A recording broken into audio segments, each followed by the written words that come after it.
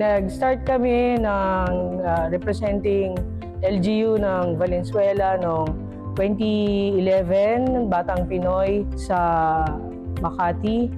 Nanalo sila. Then we go on to the national championships in Naga. Ang turning point po namin is yung nanalo po yung team namin ng 4 golds by having only 4 entries sa 2016 version ng Batang Pinoy sa Tagum, Davao del Norte. From zero, yung mga bata po tuloy-tuloy ang enroll sa amin through summer clinic, and then kung sino yung mga interested na mas mapagaling pa nila yung kanilang skills, nagtitraining po sila tuloy-tuloy. Kami po!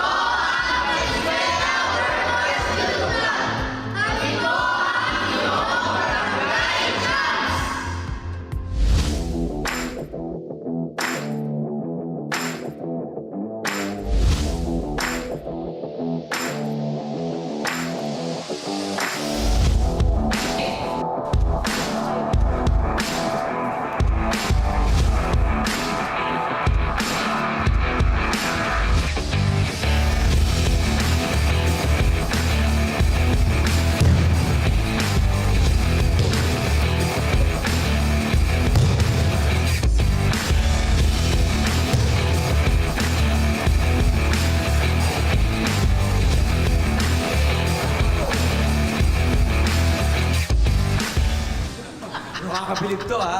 Nakakabilib. Gumagano to ako. Aray! Oo nga eh. Aray! Pero kayo mag-alala mga kabarangay dahil safe na safe. Talaga namang... Yes! At sila yung mga eksperto! Yan ang ipapaalala natin ngayon sa mga nanonood, lalo na yung mga kabataan dyan na nakatutok ngayon. Naku, huwag nung basta-basta ginagawa ito. Kailangan meron ho kayong gabay ng mga master ng ganitong klase ng Ano mo, sports. interesting ito makikilala natin na usually makikilala mo isang coach lang, di ba? Yes. Lalaki, di ba? Yes. Pero ito, husband and wife. Correct. Ito, tandem. Buong pamilya, Cute. pati yung anak, di Correct. ba? Natuturo. I-welcome natin sa LTE ang Valenzuela City Workhorse Judo Club at ang kanilang mga miyembro led by their head coach, Sir Noleo Panganiban, ang kanilang assistant coach, ang kanyang misis na si Mrs. Evelyn Panganiban at si Sean Levy Panganiban and Monique Piray. Yun! Good morning po! Good morning, ma'am! Good morning po! Good morning! Dito tayo! Ang sarap pagkwentuhan nito! Sir, ano pong ating palayaw? Ano pong tatawag? Leo po. Sir Leo. Leo. Sir ng Evelyn. Okay, ang ganda! Siyempre, lahat kayo sa sports talaga na to, or kayo ba, sir, dito kayo nagkakilala ni Mrs. dito sa judo? Ah, dito na rin talaga. Sa PUP. Ah, sa PUP! PUP!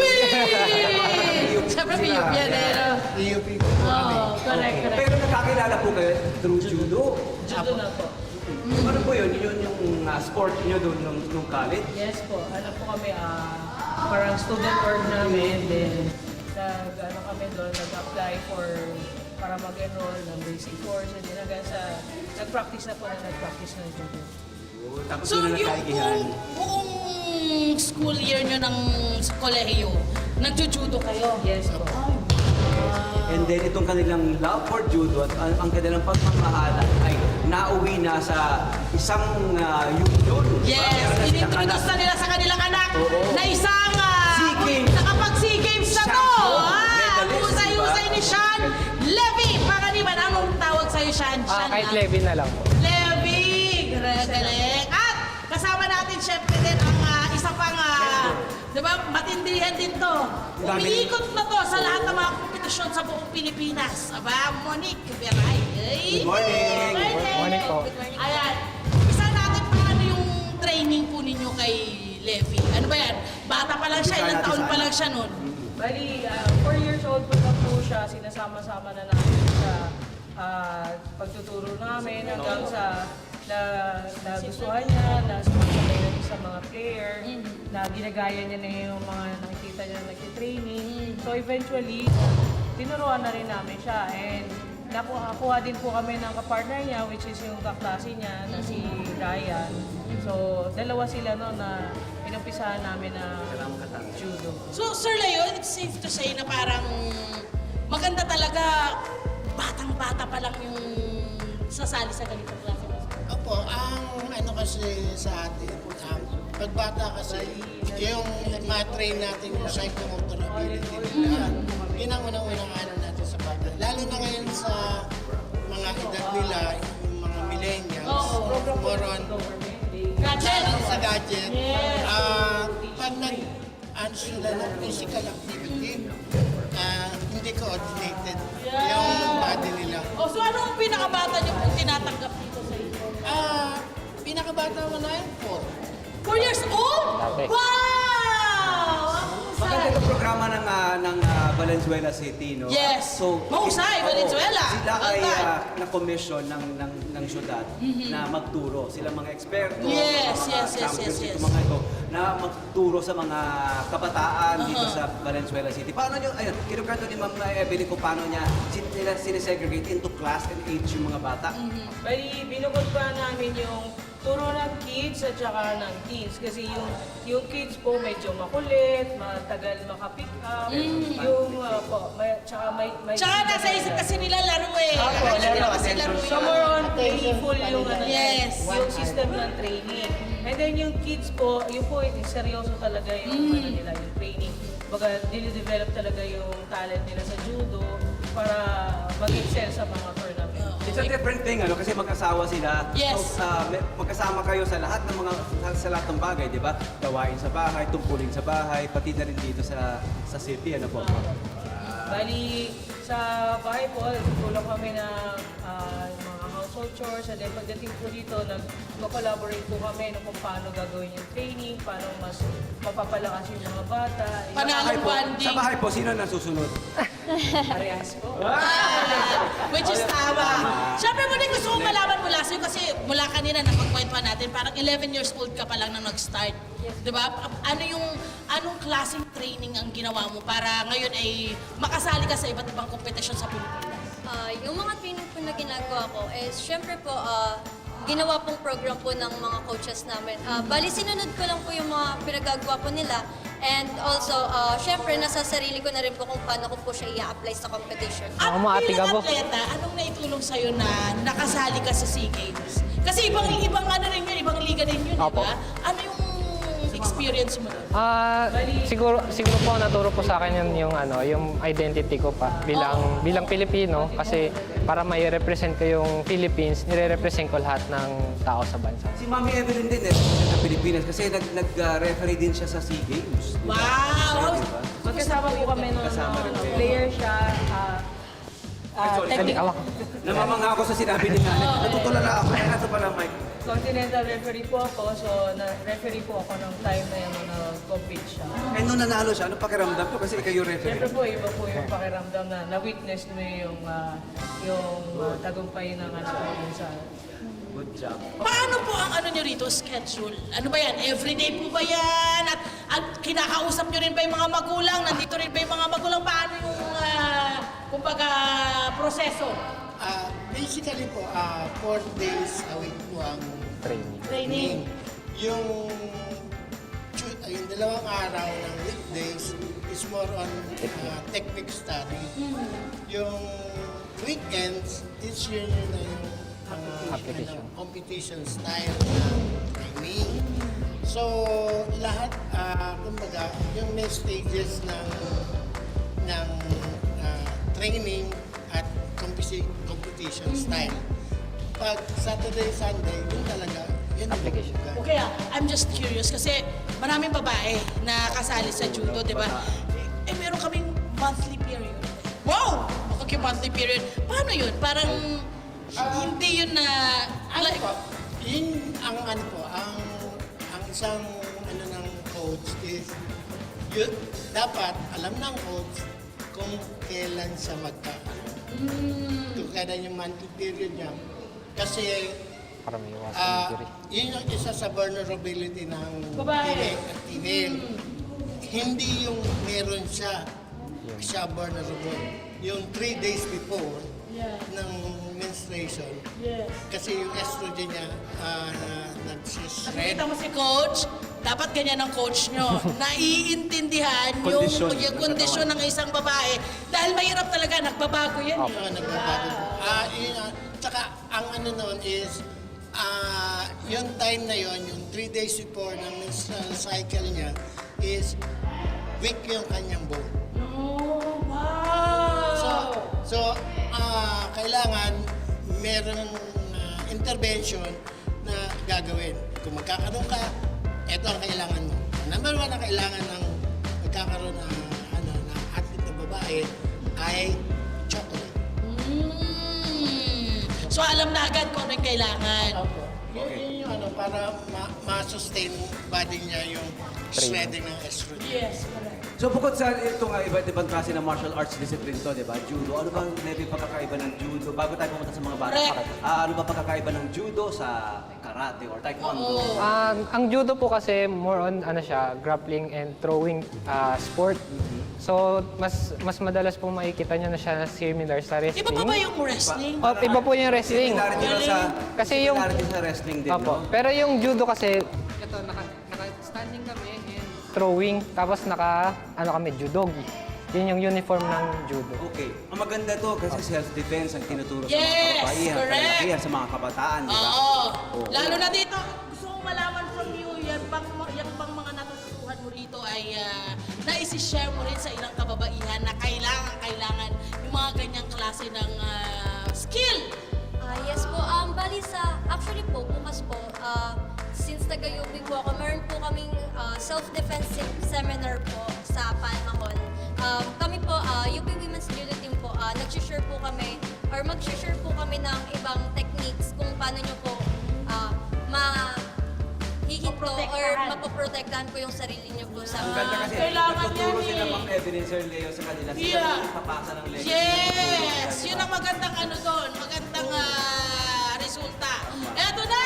And speaking of, nagpapasa ng leg kasi sa Si kabata. Princess at si Pwede natin sila tanongin. Cyrus! Princess at Cyrus! Cyrus, Ano taas kayo? kamay. Nasa si Cyrus. Sino si Princess? Sino si Princess? Dali. Magkapatid pa sila? Opo. Magkapatid kayo? sila. Wow, di kayong dalawa yung nagtitraining. Kayong dalawa sa bahay, nagtitraining kayo. Oh, sagot. Ikaw, ate, kumusta ang maging kasali dito sa judo team? Okay lang? Ano yung mga natutuhan mo mula sa mga mentor mo rito, yung mga nagtuturo sa iyo? Sa mga coach?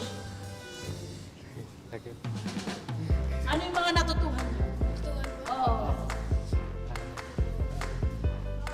Paano protektahan ang sarili? Oo. Okay. Cyrus, ano yung pinaka-favorite mong pag dito sa judo? Anong Pwede throw? ba kita? Anong throw? Anong throw yung favorite mo, Cyrus? Ano yung pinaka-favorite mong move dito? Move ba ang tawag dito mo? Morote. Alam ko lang kasi kamote. Dali. Sa'yo pala, Kahit morote. soft ang boses ka, aba, ibang level ko. Oo, Cyrus, morote. balita. Paano, patingin niya ng morote mong favorite dali. mo. Patingin. Dali, kay ate, kay ate, kay ate. Patingin ng morote. Ay, Oo, nasa oo. yung gaganunin. Parang hirap ng pinagagawa. Actually, parang sarap ng ginagawa niya. Gawin mo nga sa akin. Oy, parang feeling ko mapapanat yung mga kasukasuan ko, di ba? Si Zeus at si Drake naman. Taas kamay. Nasa si Zeus at Susan Drake. Drake! balik. Dali! Drake. Bawal mo kasi kami pumunta na sabi nakabili eh. Habang nagtatambay si Drake. Zeus, Voice na.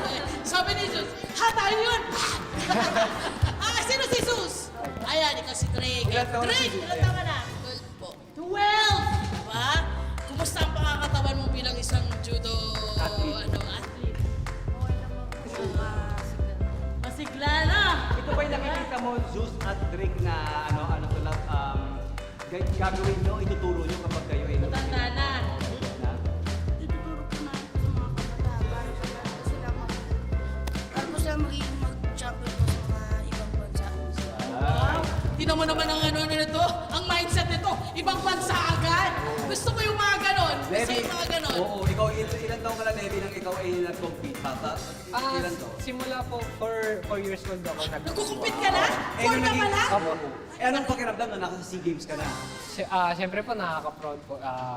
Siyempre naging pangarap ko din po yung ma-represent yung Philippines at manalo din sa international May competition. pressure din, kasi nire-represent mo yung bansa, di Kasi ba? siyempre yung tawag ito, yung pangarap ng lahat ng mga kabataan na. Nung una kasi parang nakapapanood mo lang, Opo. ano, tapos nagpa-practice ka lang, tapos nandun na ako. Tapos, Diba? Ibang tapos ito, level. para po compete ka, tapos nanay mo referee, paano yun ano? Di ba, ma'am, no? Siguro yung nanay na, Ganyan pa. Ganyan-ganyan na yung hindi naman, hindi naman. Ganyan-ganyan daw. Ganyan na ganyan! Kadala- Kaya po hindi pwedeng sumigaw. Di ba ganun? Background ka lang. Kadalasan po inaano ko lang minsan. Alam ko nandyan siya pero ako lang sariling diskarte ko lang. Alam, Tune which out is muna. good. Tune Which is out. good. Hindi ka nagpapa-amaze, no? Siyempre, ikaw rin. Meron ka na rin mga kompetisyon na sinasalihan. Anong pinakamalupit mong parang sinalihan Yes, na Monique. naging challenger?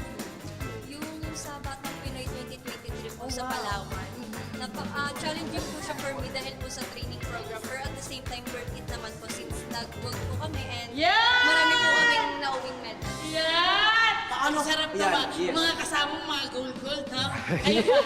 Ano magagawa? Gold! At yung nakakatawa, I'm sure proud of proud si Sir Leon at Ma'am Evelyn Oo, kasi itong mga ang pinapalaki coach nila, nila, sarap. di ba? Marami na silang anak. Di ba, Yes! tinutuloy ng mga lahat. Hindi na si Levi yung anak nila. Pili ko lahat Nagpapalaki sila ng champions, Uy, di ba? papasukin natin yung mga nanay. Palaki Ayan. natin yung mga magulang. Na talaga. Pasok mo, pasok. They're supporting their kids, no? Dito, Sige, sige. Na talagang tumutulong. Pasok, Kasi pasok. alam mo, mahirap tingnan pag meron di Sige lang, upo na lang kayo naman. For once kayo nakaupo dito. Mag-index. Kahit po lang. Kahit po Mami, lang. dito ka dito sa yan. Para kita kayo ng kaya. Kasi po, pag nandito yung... Sige po. Tsaka yun sa children. Yun! Yung ano na yan, kasi minsan yung parents, yung karamihan ng parents, hindi naman sila athlete, ano yung nararamdaman ng athlete, ano yung Mindset pa magkaiba. magkaiba.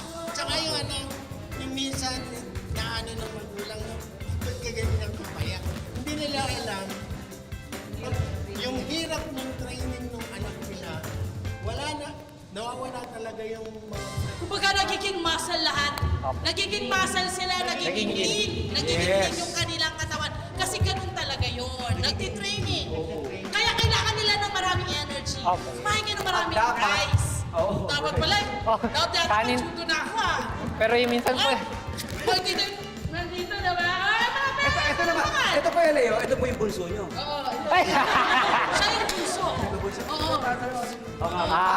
Tatay mo ni Dre. Proud, proud ah! Anak ko yun. Eh, grabe ka, sir, ha? Uy, I'm sure, palakpakan para naman naman natin ang mga kabataan, ang mga coach natin, sina Coach Leo, Coach Evelyn, sina Levi, sina Monique, at syempre, ang lahat ng mga magulang na sumusuporta sa May mga anak di mo nila. kompleto, maraming involved para magkaroon tayo ng mga atlet ng mahuhusay. Oo, marami talaga. involved. Palakpakan naman natin ang Valenzuela City Workhorse Judo Club! Last question daw po, Kuya Leo at Ma'am Evelyn, sa mga gustong sumali, kailangan bang taga Valenzuela? Paano po ba makasali ang mga Come na, dito na. Bali, ang priority po namin, is, since program po ito ng local government ng Valenzuela, syempre yung President. residente po ng Valenzuela. 16 and below, pero meron pa rin po naman nag-enroll na may mga edad na, so ina-accommodate din naman po namin. Mga ilang taon mo may edad na? Na-cute, meron, na-cute. meron po mga 30 plus na. Oh, 40 plus. May mga day job, may mga trabaho. Correct. Pasok. Pasok. Ang maganda balita, may mga ibang mga bayan na ganito na rin yung ginagawa. Diba? Correct. Kung- Sana yung copy and paste Yes. ng mga bayan. Tama. Kung di ka taga Valenzuela, I'm sure sa iyong local na area, sa iyong city, meron ganito mga program. Yes. Palakpakan naman natin! Valenzuela City Workers Judo Club. Coach Leo, Coach Evelyn, si Monica at saka lahat ng mga kabataan at magulang. Yes, mahusay. Diba? Maganda sa Valenzuela. Hi! Sa Palawan, General Profile, mga Kanet 25. This is Love and New Verbo. For more love, Tunipet, and Arafang updates, just click the subscribe button and follow us on our Net25 social media pages at Net25 TV and Net25 Entertainment Facebook. See ya. I love ya.